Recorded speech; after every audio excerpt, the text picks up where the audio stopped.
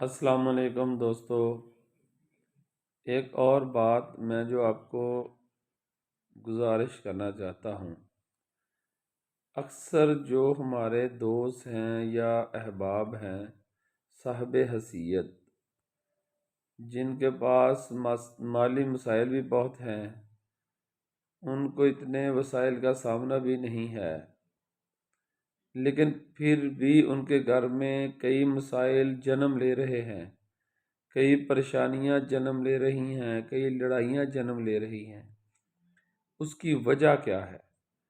اس کی وجہ ایک یہ ہے کہ آج سے کچھ عرصہ پہلے یہ لوگ اپنے بیت الخلاء کے لیے کھلی جگہوں پہ یا کھیتوں کا رخ کرتے تھے، اور اس کے لیے وہ بیت الخلاء میں جانے کی دعا پڑھتے تھے، جو کہ اب ناپید ہو چکی ہے، جبکہ ہر روم میں، ہر کمرے میں اور ہر گھر میں وہ واش روم موجود ہے۔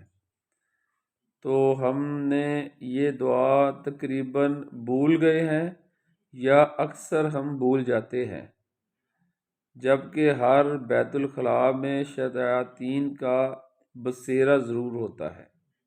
جب ہم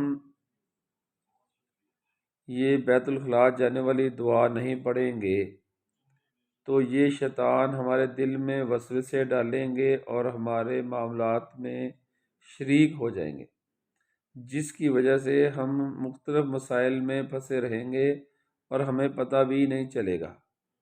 تو دوستو، اس کو ضروری آپ پرائورٹی پہ رکھ لیں کہ بیت الخلاء کوئی بچہ بھی جائے تو وہ اس کی دعا ضرور پڑھے، کیونکہ یہ سنت رسول ہے اور یہ ہمارے لیے بڑی ضروری ہے۔